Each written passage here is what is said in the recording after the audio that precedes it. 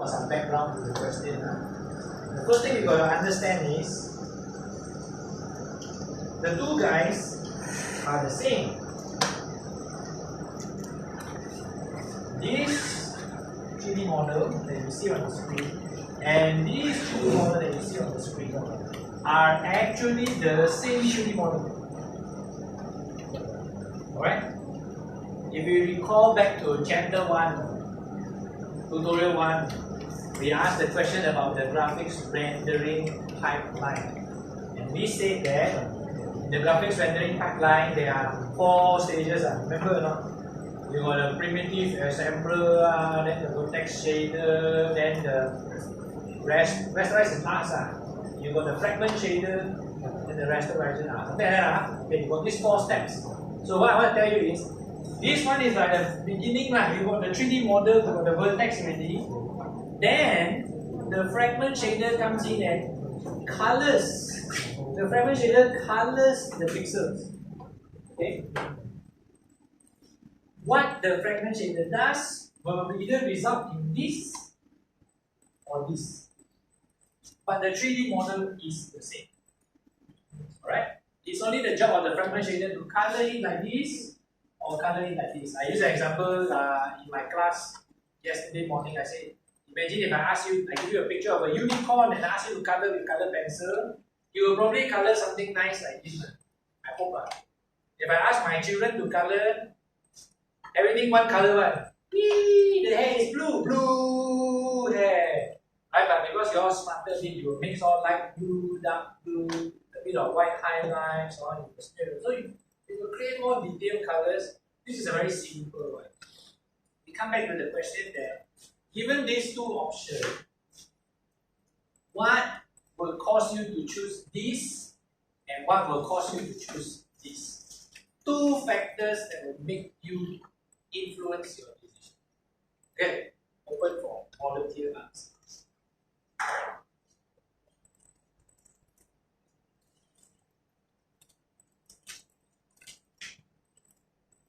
Computer performance. Computer performance is correct. That's one of the factors. Let us understand why afterwards. I just put it on hold. Computer performance is one of the correct answers. What is another factor?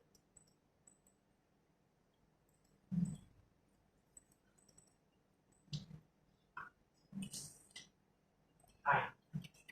Time. What? More quickly, more time to do. Isn't that related to computer performance? Your computer fast, your computer slow, same thing. Money. More money can buy faster computer.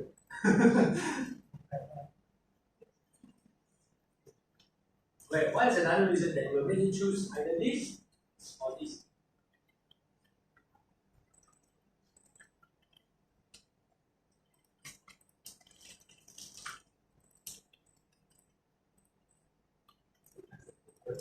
Depends on the program.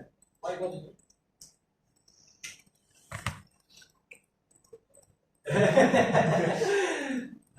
Nice. What do you mean? Elaborate on your answer. It feels like you're going in the right direction. But I need an elaboration. I need to know exactly what you mean.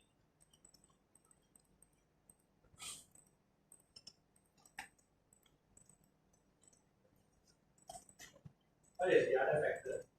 Why would I choose A or B? What will cause me to choose B? Cause me to choose A? One answer is computational time, performance. Another answer, memory use. We can, actually, no, not really, because they are the same model, right? Not really, but even if it is, it's still back to computer. Budget, why? I already joked about this and they didn't give me the same answer. Depends on money. Why? Because money I can buy faster computer. So it's back to computer performance lah. Or rather, it's back to time lah. Time is money, money is time. Same thing. Oh, to the other factor. Should I do this or do this? I like this guy's pants.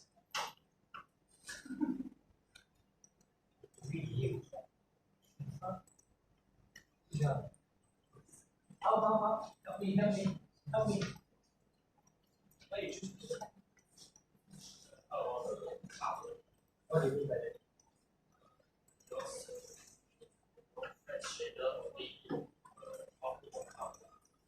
No, it's more than one color here. What?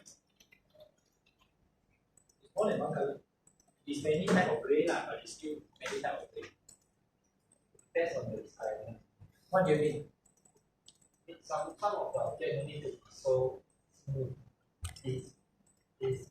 It's rough, it's okay, but then you need to do so precise. Okay. Do you agree with that? Sort of, you're sort of right, right? And I don't know whether you're thinking the same thing just now. But I wouldn't say it depends on the requirement. I would say it depends on what you want to see. You want something to be round and smooth, you have to use smooth shading, no choice. No choice.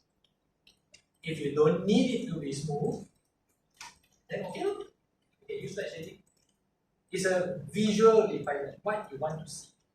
So here we've got two problems. The first one is computational cost. It's expensive to do smooth shading. We will explore why in a moment after this. The second reason or second factor is even if it's expensive, sometimes that's what I want. I need. For example, I want to make a movie. I cannot use flat shading for my special effects in my next Disney movie or Pixar movie. Cannot. It looks so ugly. I need it to look nice. So if I need it to be like this, then I have to ignore the complexity all the time. Which means I have to buy a bigger computer, or I buy many computers, parallel processing, or buy many GPU, right? So I solve the problem in different ways. The question is, which one we have to explore in terms of hardware limitation, and then what do we really want to see, right? So there are two answers there, the two factors that affect our consideration. Now, let us understand why this one is easy to compute, this one is hard to compute. Okay?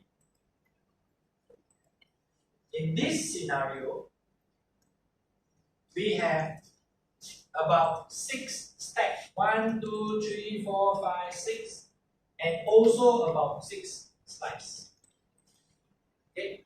6 stacks, 6 slices.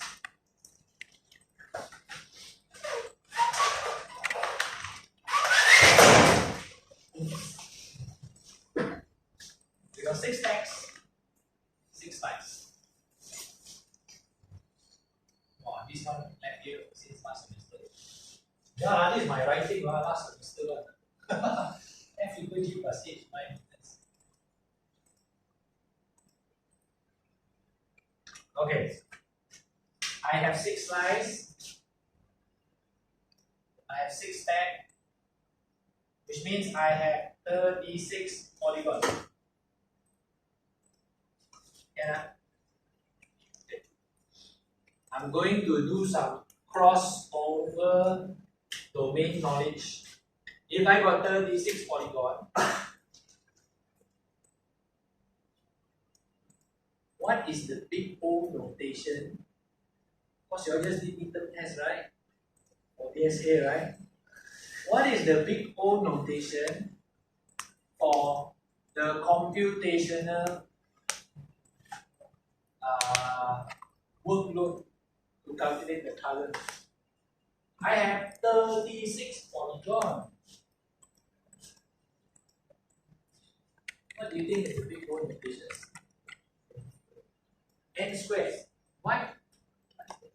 You guess, you guess.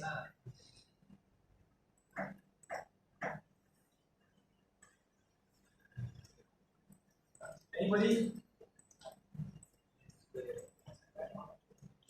N squared. N squared as well. You did midterm test, no? Big O notation can do it. And so what is the big O notation for this? N squared.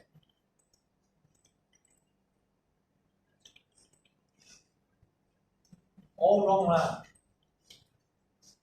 Now you could theoretically you could be right. You could be right. Right? Now let me explain to you what's going to happen. Huh? This chapter in tutorial, and we already did, I think practical you already right? This tutorial and this practical, we are learning something which is different from what we did previously.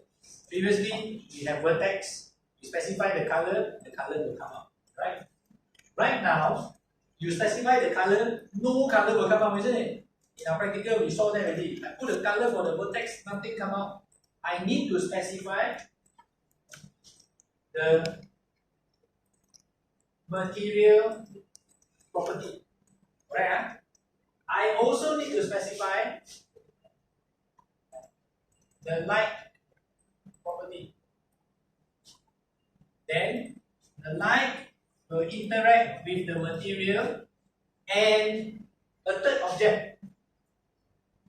First object is the light, second object is the material. What do you think is the third object? Anybody? There is a third object. I didn't tell you all in practical, but maybe you can figure it out. Shadow, no. There is normal. No, normal is a property of the material. Right? The surface are an object. There is a third object. The normal is important. There is a third object that's missing here that we need to take into account when we are calculating light, shading, blah blah blah. Surface. Yes. Reflection. The reflection is also a property of the surface.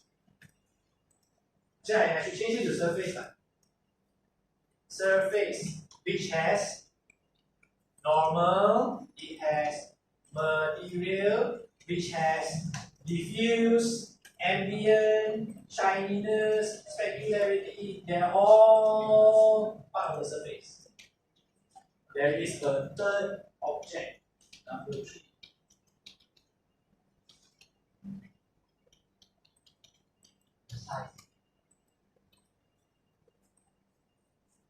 The size of what? The object. The size of the object is all part of surface. The size of the light is part of the light. The distance of the light to surface is interaction between these two things. Still the same. We have a third object. As we see. Huh? Yes, you are right. It's the camera. I know a traditional looking camera. The camera. Try to think about it. If the light shines this way and the normal is this way, the light will reflect that way. Right? If your camera is here, good.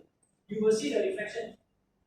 If the camera is down here, you won't see anything. The light shine, bounce, camera down here, see what? Black color. Alright, huh? There is a third object that will affect the color that you see. Okay. I haven't come to our question yet. Our question is asking us, rather I'm asking you, if you got 36 polygon, what is the big O notation you're going to end up using? And I'm trying to highlight to you that to calculate the color that you will see, we need to do 3 calculations. The light interacting with the surface and then interacting with the camera. So let's assume this is one big formula. I calculate the light, I calculate this, I calculate this. Example, white light with red surface, what color should you see? Red, no? Red light with blue surface, what color should you see? Purple, no? Yellow light with blue surface, green, no? We are calculating the interaction between the light and the surface, and also the normal and the angle to the camera. We calculate, we get the color. Okay, so since we got 36 polygons, each polygon need to do this calculation. Come back to my question. What is the big O notation? Huh? N cubed. N. N is correct. Right? So big O would be N. Okay? If I got 100 slice, 100 stack, I will have 10,000 polygon. I will need to do this computation N time. 10,000. So N is correct. Yeah. For fun now. Now, if we talk about smooth shading, for smooth shading, it's not one polygon, one color wall. Inside the polygon, every pixel can be different color. So now I got a problem. I need to calculate the number of polygons, there's a formula, and then inside each polygon, let's say got 50 pixels, which means for every polygon, I must do 50 calculations. Now the big O notation becomes N squared. Sorry, we do so cannot. 36 times 50 is not equal to 36 squared. Remember, big O notation is a worst case scenario. Alright? What is the worst case scenario? 1 billion polygon times 1 billion pixels. So it will be the worst case scenario is N squared. The absolute worst. Yeah, it can be 10 times 20, it can be 20 times 10, it can be 100 times 52, whatever, I don't care.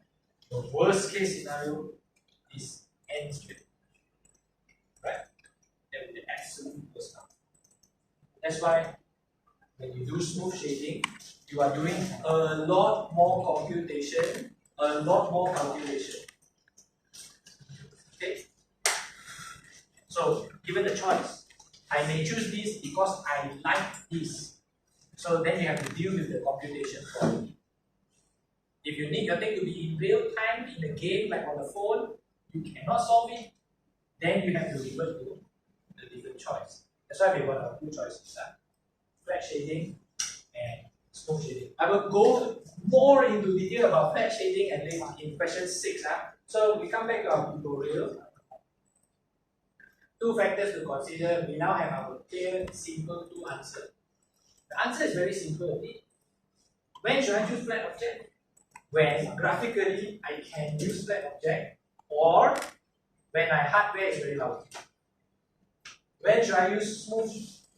I should use smooth when graphically I need smooth and my hardware can help it. Right? Question 6. Question 6 asks you to compare flat shaded and round shaded. Okay, here's my challenge to you. And I help you, I help you by opening the notes because today I was in class and I asked students to do it, and then they say, sir, the notes is in zip form, I cannot unzip it, so I cannot read the notes. So I help you. I open the notes for you. Okay, flat shading. So here's my challenge to you. I don't need you to answer the question for me yet. I want you to explain to me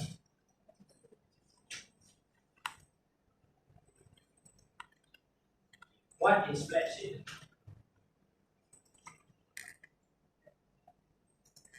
Explain this.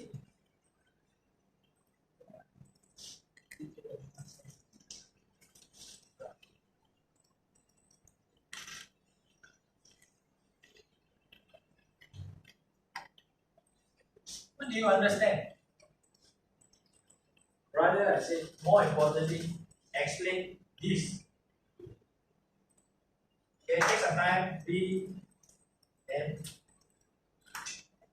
try and explain this.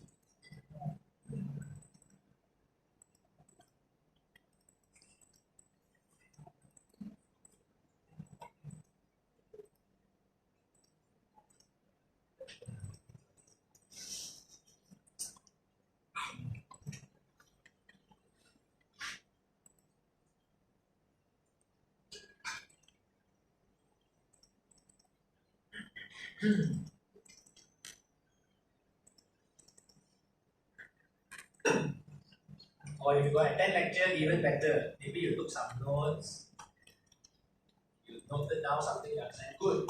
Somebody please just try. What you understand?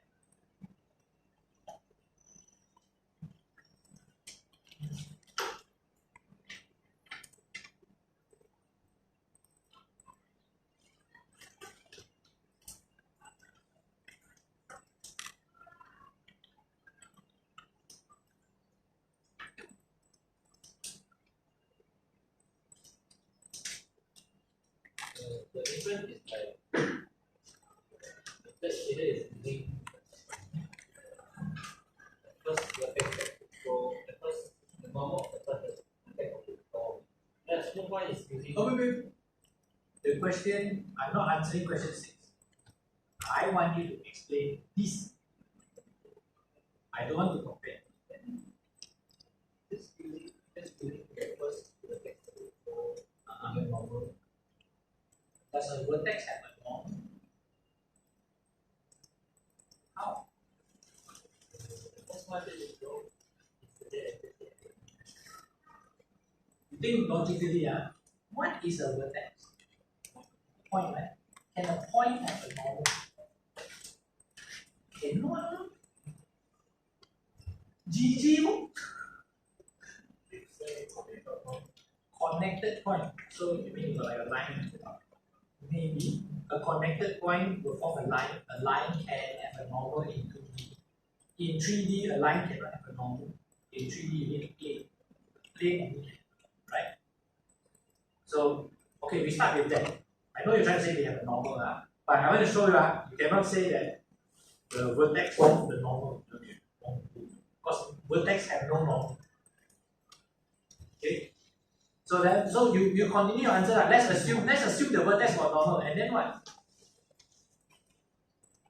you use that one to cover for all the vertex. All the vertex. So just use the first vertex normal and then you use continuously for all the rest of them. Okay. So we have the first vertex. Let's assume we got a normal. Right? How do we get a color?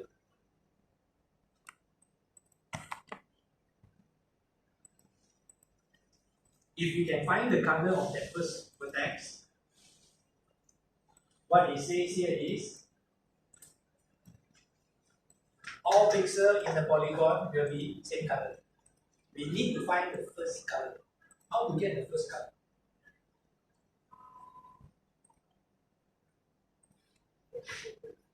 From the vertex.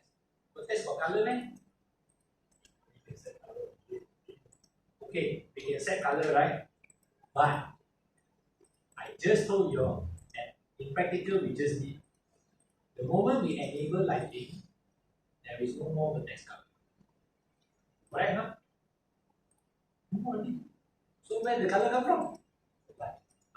And what? Material. And what? You're correct. Light and material and the pictures are there. The camera and the normal. Yeah. So this is not what the tutorial is asking you, but I want you to understand what the lecture is saying. In one sentence, here, it's very heavy, you know. This is a very heavy sentence. Now let's understand what this is saying. It says it uses the normal associated means related to, right? Connected to. It uses the normal associated with the first vertex of a polygon.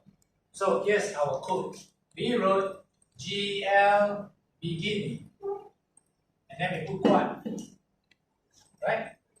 And then we put our first vertex, second vertex, third vertex, fourth vertex, and then we GL end.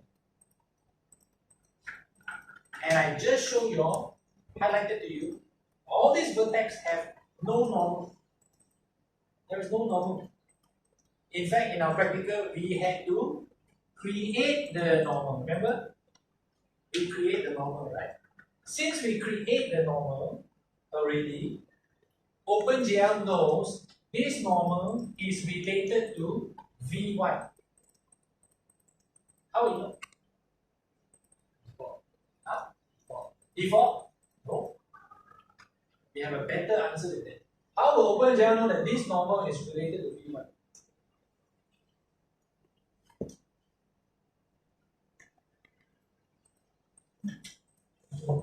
Huh?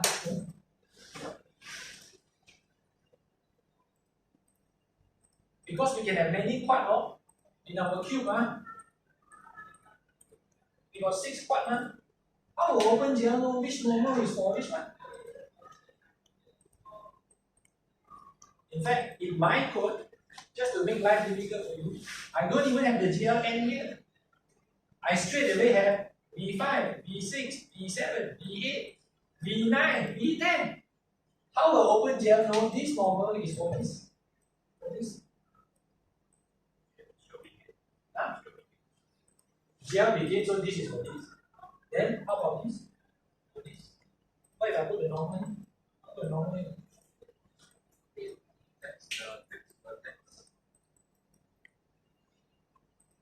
That means this normal next vertex, you don't look. Check E1 and check E5. Wrong. If I move the n down here, it will still be related. I can move the n here, or here, or here, it will still be this. Okay. A related to the first vertex drawn by the polygon. Again? It use the first vertex that you draw the shape line as the form space. Sounds like what I'm looking for. Sounds like what I'm looking for. Yeah, I can understand. Now, the key to this is we are drawing quad. When OpenGL sees quad, it will always group 4 vertex together. Right? And since it group 4 vertex together, whatever normal you see relating to this will be implemented on the 4 vertex. Which means the first guy will use this vertex. These 4 guys will use that vertex. These 4 guys will use this vertex. Right? Because we're drawing quad. If I'm drawing triangle, then different. Okay? So now, it uses the normal associated, related to the first vertex. So in this case now, the normal that it will use is the one that is related to the first vertex of that polygon. Right? It will use that normal. Why you need to use that normal? Because remember, we are not in chapter 1, chapter 2, practical 1, practical 2, practical 3, practical 4 anymore. We are in practical 6. For practical 6, what you see depends on light interacting with surface property, interacting with normal, interacting with camera. One simple example I gave you just now. If the normal is this way and your camera is here, you can see the color. If your camera is down here, you cannot see the color. How do we know you cannot see the color? We actually have to see the normal of the surface of the object. Right? So, how do we do flat shading? My question to you, not to answer the tutorial 6 yet, my question to you is, can you explain this to me? What OpenGL is doing is identifying the normal for the first vertex, and I show you how it knows the normal for the first vertex. It depends on what type of thing you're drawing. You will group the things together, you find the normal. Once it obtains that normal, it will also calculate the light, it will calculate the material property, finally it will get you a color. This color is then used for all the pixels in the polygon. Same color. This is flat shading. I apologize if I take so long to explain such a simple concept. The reason why I'm taking long time to break this down is because once I break this down, then understanding this will be slightly easier. Okay? We'll come to this in a moment. Let's go back to our tutorial question first. Our question asks us to compare answer this question is, Aiya, research. The code might different no. See? Shape model flat. And then shape model smooth. Smooth brain. Correct? 1 mark. Another comparison. Easy. Garage shaded. Slow. Flat shaded. Fast, but not realistic. Correct? Yeah, there are easy ways to compare. The difficult comparison is how it works. How it works. Okay? Now, we went through an exercise to sort out how does flat shading work. Now, we're going to tackle this one. How does Gouraud shading works? Okay, to explain this, I need to do a lot of drawing. Again, the point of this exercise is to show you that these little simple little notes in a few sentences is very heavy. It contains a lot of information. Right? Let's understand how this works. For Gouraud shaded, we know the code is different, we know it's slower. It's at least n squared in big O notation. But how does it work?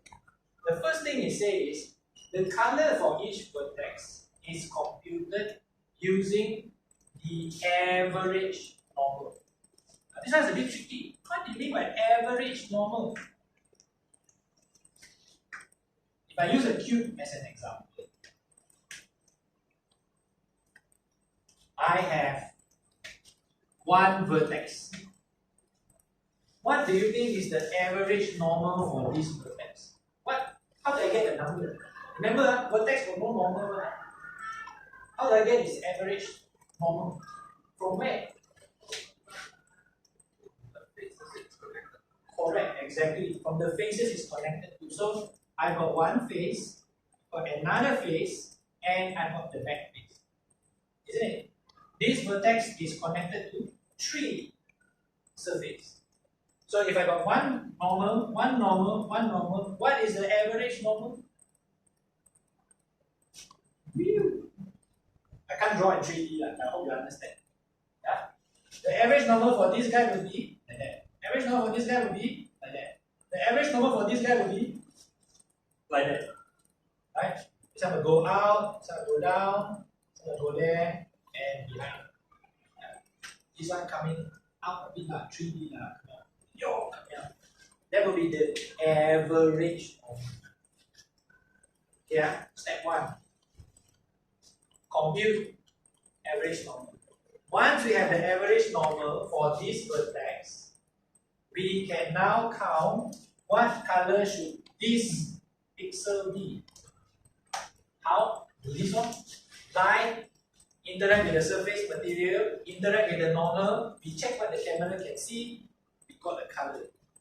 Let's say this color, the RGB value is 255025. Yeah. And then I calculate this guy, his pixel, the color value is 25500. That follows so far? How come this color different from this color? Because the normal is different. Right? The average of the normal is different. So 25500, 25550, 255. Now if I have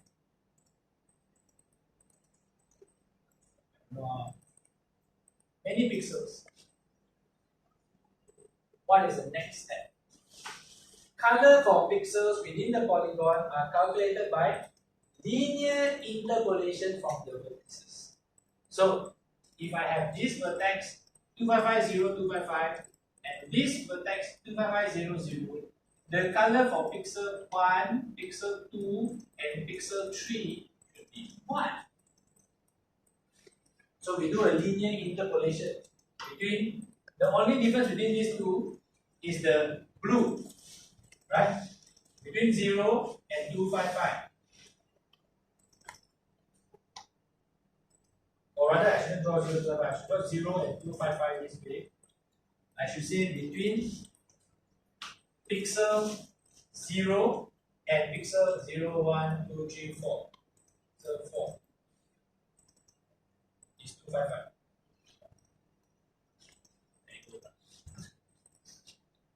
So pixel 1, pixel 2, and pixel 3 should be 1. 4. So the answer is quite simple. You take 255, you divide by 4, you times 1, times 2, times 3. So this guy should be, let's say, 255, 0, and then about 60. This one should be 255, 0, about 120. I just agak. And then this one should be 255, 0, 180, and then 255, 0, 255. Linear interpolation. The linear interpolation is you just get a number in between. So what is happening in Gouraud shading? Get the average normal for each vertex, get the color for that vertex, and then for every pixel in between the vertex, do a linear interpolation of the color. Yeah. If you can understand Gouraud shading, then form shading easy to understand.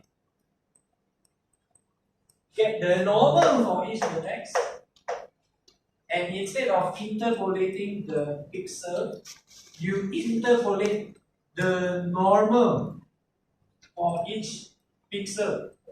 You create hundreds of normals coming out all over the place. Then use the normal in this equation to get the color for each pixel. Right? That will be form shaded. Form shaded is more realistic, but it's more expensive. And the reason why form shading is more realistic is because when we do the interpolation of the normal, our color won't be a linear interpolation. The color will end up becoming something like that, which is a nicer, smoother curve. Okay. So we have flat shading, round shading, form shading. Gouraud and form are methods to do smooth shading.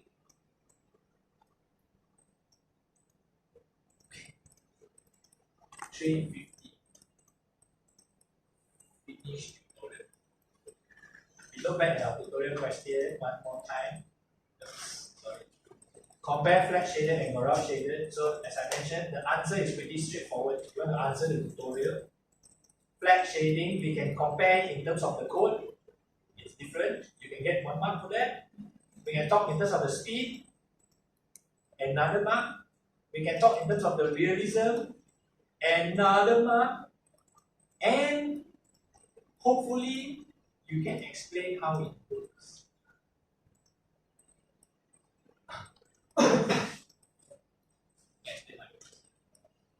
Right? I purposely, in this particular tutorial, I purposely spent a lot of time going through the notes, breaking it down. Not because it's coming in midterm test or final exam, I have no idea. Okay? The reason why I purposely do this is because I want to highlight one thing. Sometimes your notes in one sentence or two sentences carry a lot of weight. And I don't know the lecturer will explain to you, to be honest, I don't know. But the two sentences here carry a lot of information. And if you didn't learn it in lecture or in tutorial, then when you revise for exam, right? Imagine 7 weeks from now, final exam, semester final exam, then you go through your notes, and then you see this.